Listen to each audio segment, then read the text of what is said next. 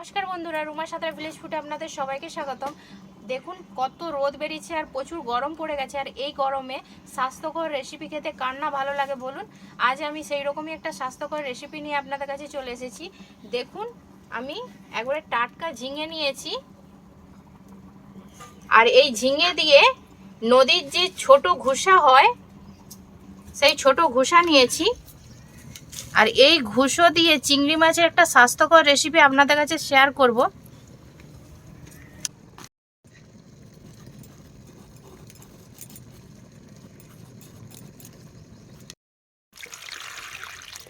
ঝিঙেগুলো আমার ছাড়ানো হয়ে গেছে। ঝিঙেগুলোকে প্রথমে আমি কেটে নেব।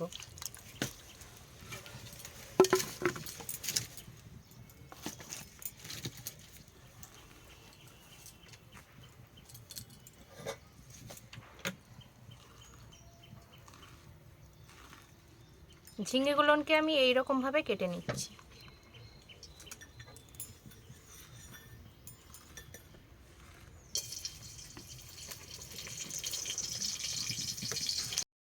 এখানে দুটো আমি আলু নিয়েছি, আলুগুলোকে সরু সরু করে কেটে নেব।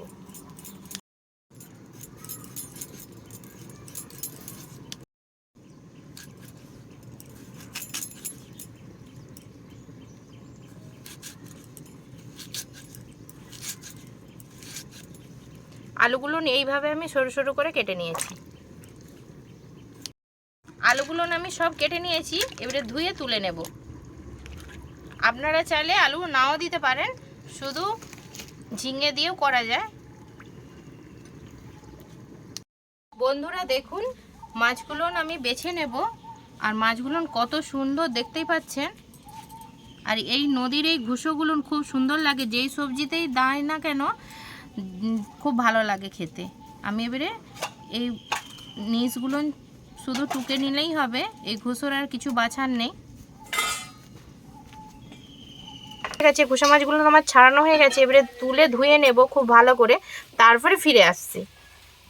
প্রথমে আমি মাছটায় লবণ হলুদ মাখিয়ে নেব, আর এইদিকে আমি কড়াই গরম করতে দিয়েছি। লবণ হলুদটা মাখিয়ে নেব। প্রথমে মাছে দেবো লবণ আর দেবো হলুদের গুঁড়ো, দিয়ে খুব ভালো করে মাখিয়ে নেব মাছটাকে।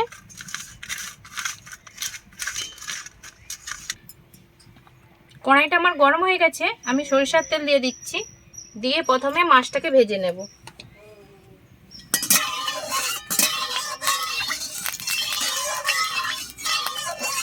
চিংড়ি মাছগুলো ভেজে নেব প্রথমে।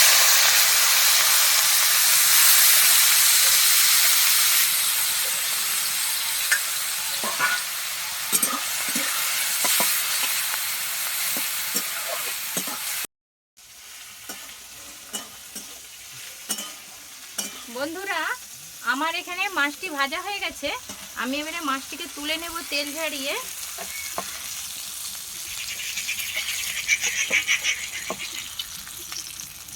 আমি আর অল্প করে একটু তেল দেব।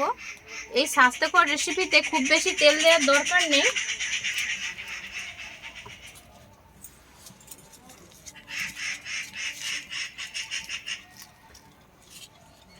তেলের উপরে দিয়ে দেবো 1 চামচের মতো কালো জিরে। কালো জিরেটাকে অল্প করে একটু ভেজে নেব। আমি কেটে রাখা আলুগুলো প্রথমে একটু নেড়ে নেব।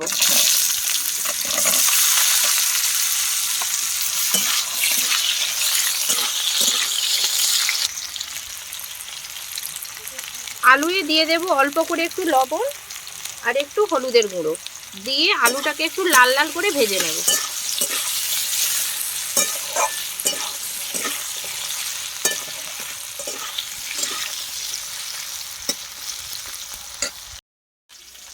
বন্ধুরা আলুটি আমার লাল লাল করে ভাজা হয়ে গেছে। দেখুন আমি লাল লাল করে ভেজে নিয়েছি। আমি এখানে দুটো পেঁয়াজ কুচিয়ে রেখেছিলাম, সেটি দিয়ে দেব, আর দুটি টমেটো কুচানো ছিল সেটিও দিয়ে দেবো। দিয়ে পেঁয়াজ টমেটোটাকে একটু ভালো করে ভেজে নেব। পেঁয়াজ টমেটোটি আলুর সাথে আমার খুব ভালো করে ভাজা হয়ে গেছে। এখানে আমি অল্প করে একটু গুঁড়া লঙ্কা দিয়ে দিলাম। আপনারা দিতে না চাইলে দুটো কাঁচা লঙ্কা দিতে পারেন চিড়ে। লঙ্কাটিকে একটু নেড়ে নেব আলুর সাথে। দিয়ে দেব কেটে রাখা ঝিঙেটাকে আলুর সাথে একটু ভালো করে নেড়ে নেব। ঝিঙ্গেটি আমার আলুর সাথে খুব ভালো করে নাড়া হয়ে গেছে, আমি জল দিয়ে দিচ্ছি।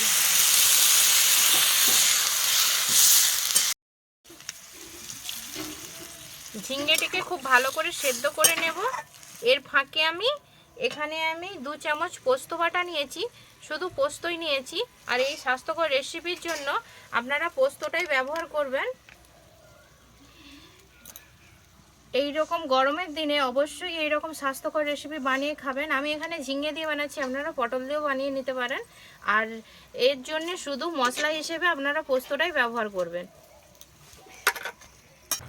আলু আর ঝিঙেটি দেখুন কত সুন্দরভাবে সেদ্ধ হয়ে গেছে। আমি যেখানে বেটে রাখা পোস্তটা রেখেছিলাম সেটি দিয়ে দেব।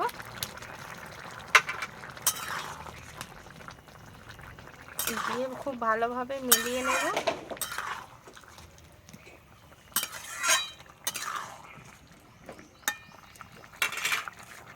আর এখানে যে ভেজে রেখেছিলাম চিংড়ি মাছগুলো সেগুলোও দিয়ে দেব। দিয়ে 1 মিনিটের মতো ফুটিয়ে নেব।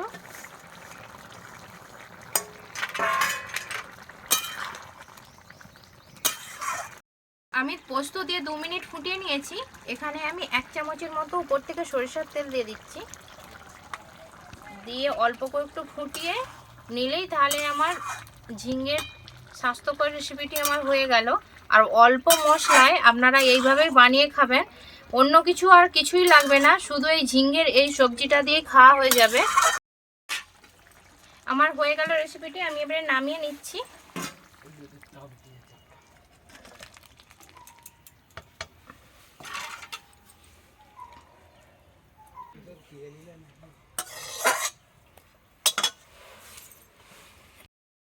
বন্ধুরা, আমি ভাত খেতে বসে পড়েছি।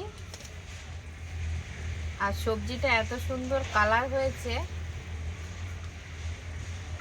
খেতে খুব সুন্দর হবে। খেয়ে দেখে আপনাদের বলছি।